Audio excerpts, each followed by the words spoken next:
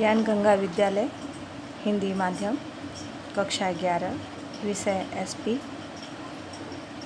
हमारा आज का जो चैप्टर है चौथा चैप्टर है वाणिज्य पत्र का स्वरूप। उसका हम लोग एक भाग पहले पढ़ चुके हैं, उसका दूसरा भाग आज पढ़ते हैं, जिसमें हम लोगों ने शीर्षक संबोधन वगैरह पढ़ा था। अब पत्र का मुख्य भाग। संबोधन पश्चात तुरंत पत्र का मुख्य भाग प्रारंभ होता है। इसे पत्र का हार्द कहते हैं। यह मुख्यांश सामान्य रूप से 3 भागों में बांटा जाता है, जिसमें प्रथम भाग, मध्य भाग और अंतिम भाग होता है। प्रथम भाग में होता है प्रारंभिक भाग, सामान्य रूप से पहले हुए पत्र व्यवहार या बातचीत का संदर्भ बताता है अथवा पत्र लेखक का सामान्य परिचय देता है और पत्र को एक कड़ी में बांधने में सहायक होता है। इस प्रकार पत्र एक दूत का कार्य योग्य रूप से पूरा करता है। दूसरा है मध्य भाग। दूसरा भाग मुख्य होने से यह पत्र का हृदय समान होता है। यह पत्र के विषय संबंधित बात व्यवस्थित रूप से लिखी जाती है। योग्य वाक्य संरचना का चुनाव करके व्यवस्थित रूप से बात लिखी जाती है। उसे स्पष्ट भाषा में लिखकर सूचना संचार का कार्य पूरा किया जाता है। पत्र प्राप्तकर्ता को संपूर्ण विस्तृत सूचना प्रेषित करने हेतु मध्य भाग में एक से अधिक पैराग्राफ बनाकर या मुद्दों के रूप में जानकारी की सूची बनाकर या फिर सारणी रचना द्वारा योग्य क्रम करके पत्र की जानकारी वाचक को इस प्रकार दी जाती है कि जिससे पत्र वाचक की रुचि बढ़े। इस प्रकार के उपाय इस विभाग में किए जाते हैं। इसके बाद आता है अंतिम भाग। पत्र के तीसरे भाग में पत्र लेखक पत्र वाचक से क्या अपेक्षा रखता है, उसकी स्पष्टता के साथ पत्र समापन की दिशा में आगे बढ़ता है एवं पत्र प्राप्तकर्ता को संभावित ग्राहक में से वास्तविक ग्राहक बनाने का प्रयत्न करता है।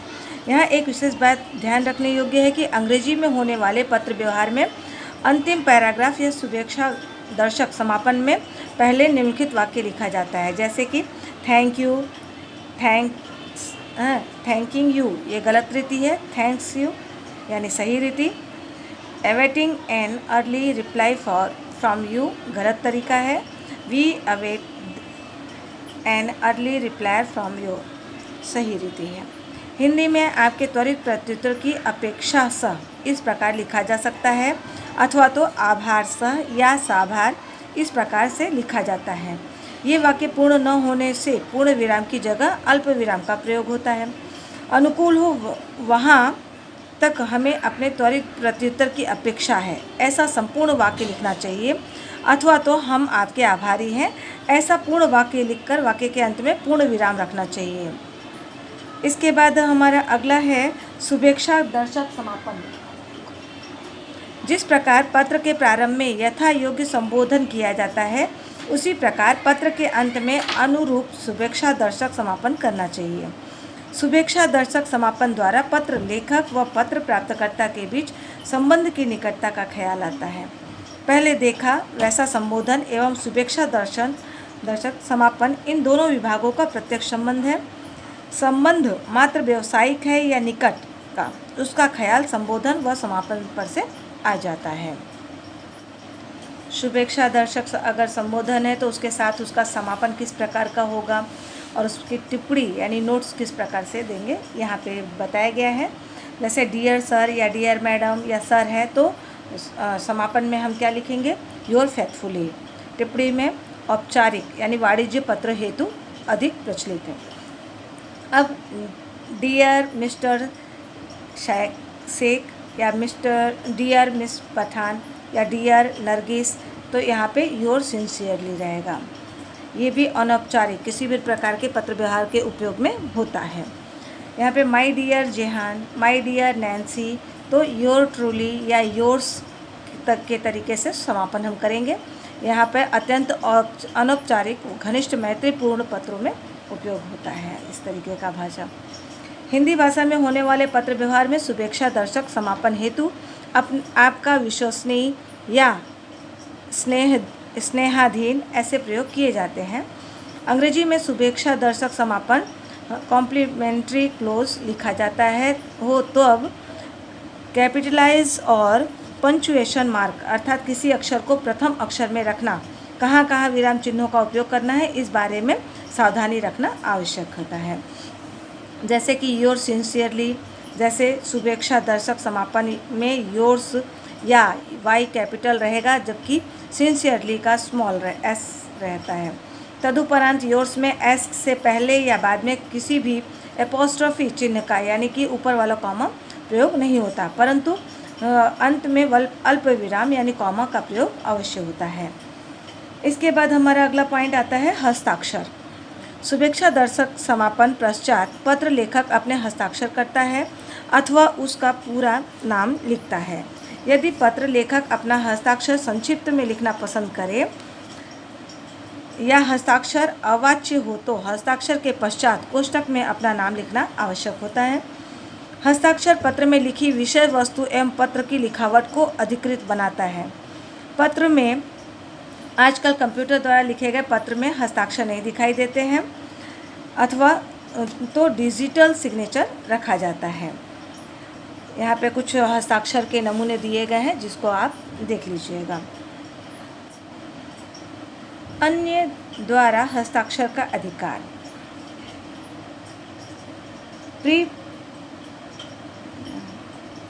अर्थात मुख्य त्यारानामा द्वारा हस्ताक्षर करने का अधिकार संस्था या पीढ़ी में बड़े पद का व्यक्ति जब किसी निश्चित समय के लिए संस्था या पीढ़ी में अनुपस्थित रहता है तब वह व्यक्ति पत्र में हस्ताक्षर करने का अधिकार अन्य व्यक्ति को कानूनी प्रक्रिया करके देता है, जिससे संस्था या पीढ़ी के दैनिक व्यवहार रुके नहीं।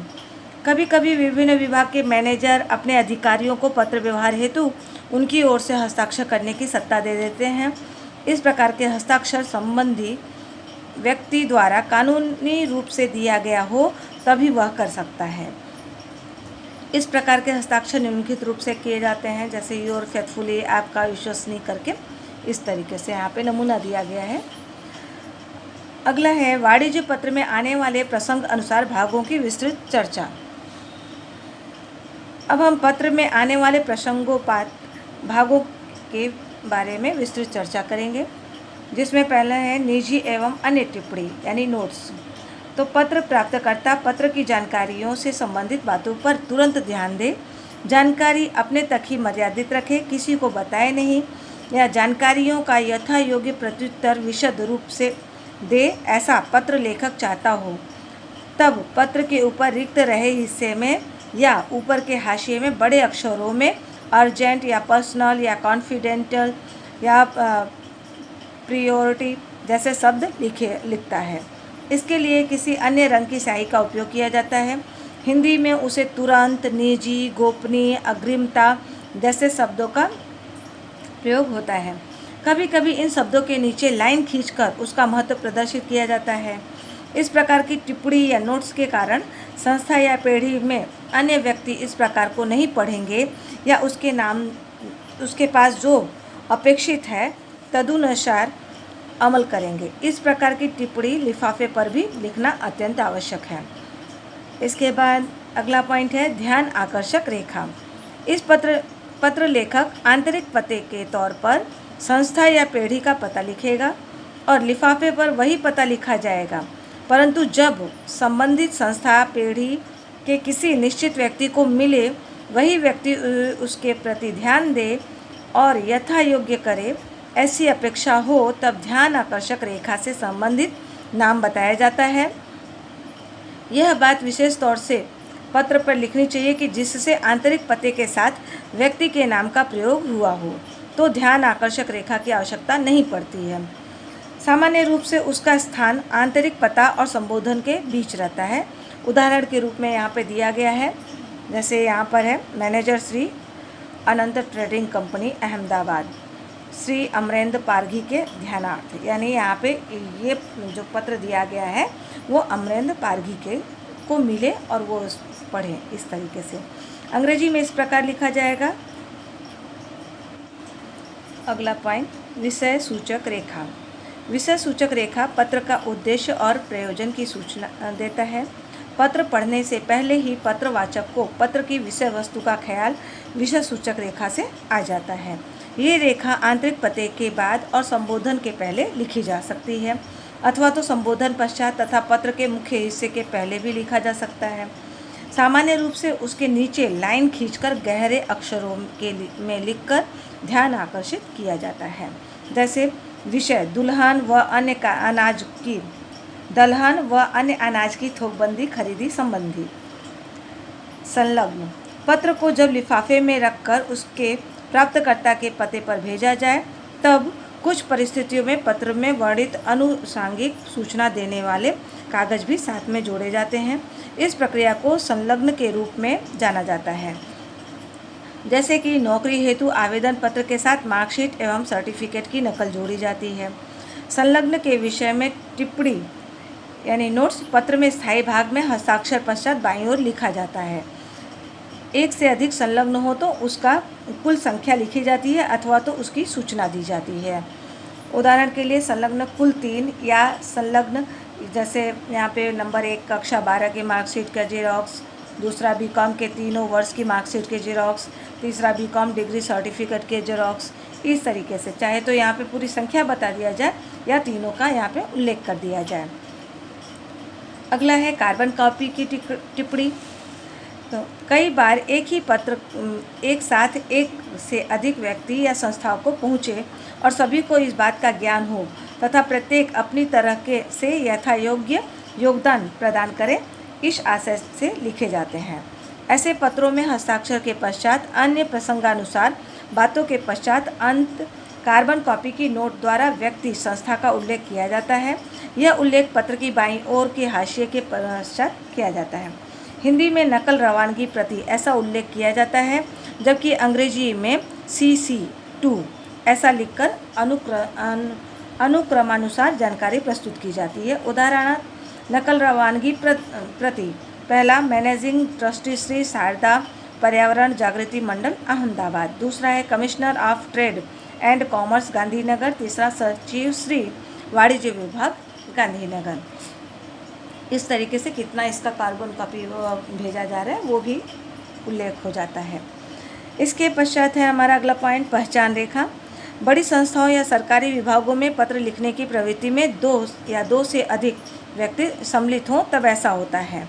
वरिष्ठ अधिकारी पत्र लिखाए एवं उसे लघु लिपि में लिखकर टाइप करने का कार्य अन्य कर्मचारी करता हो, ऐसी परिस्थिति में समग्र प्रक्रिया में सम्मिलित व्यक्तियों की पहचान प्रस्तुत करने के लिए पहचान रेखा का प्रसंगानुसार भाग के रूप में समावेश होता है। यहाँ लिखने वाले और लिखाने वाले का संक्षिप्त हस्ताक्षर महापूर्ण विराम इस तरीके से अथवा तिरछी रेखा द्वारा अलग करके हस्ताक्षर पश्चात बाईं ओर के हाशिए के पास लिखा जाता है। इस प्रकार से यह ज्ञात होता है कि SD पठान नामक अधिकारी ने यह पत्र लिखवाया और JR तडवी नामक कर्मचारी ने पत्र टाइप किया है। इसके बाद हमारा अगला पॉइंट है डाक प्रेषण संबंधी सूचना। पत्र के विवरणानुसार पत्र को सरल डाक या रजिस्ट्री डाक या रजिस्टर्ड AD डाक या स्पीड पोस्ट या कुरियर द्वारा भेजना है। वह अधिकारी निश्चित करके तत्संबंधी आवश्यक सूचना देता है। संबंधित डाक किस प्रकार से भेजी गई है उसका आधारभूत विवरण डाक प्रेषण संबंधी सूचना में मिलता है। यह टिप्पणी यानी नोट्स पत्र के सबसे ऊपर या नीचे के हिस्से में किया जाता है। इसके पश्चात हमारा अगला पॉइंट है पुनश्च यानी उपसंहार। पत्र के मुख्य हिस्से में आवश्यक समग्र सूचनाओं के समावेश पश्चात पत्र लेखक यदि किसी विशेष बात के प्रति वाचक का ध्यान केंद्रित करना चाहता हो तब उस पत्र के सबसे नीचे पुनश्च द्वारा महत्वपूर्ण सूचना फिर से लिखता है। यहाँ पर यह ध्यान रखना चाहिए कि पत्र के मुख्यांश में आवश्यक ऐसी कोई सूचना रह गई हो तो पुनश्च के तौर पर पत्रांत उल्लेख किया जाता है। यह लेखक की लापरवाही की सूचना है। इस परिस्थिति में पुनः पत्र लिखना योग्य होगा। पुनश्च लिखने के पश्चात लेखक के हस्ताक्षर आवश्यक होते हैं। विद्यार्थी मित्रों, इसी के साथ हमारा चौथा चैप्टर समाप्त होता है।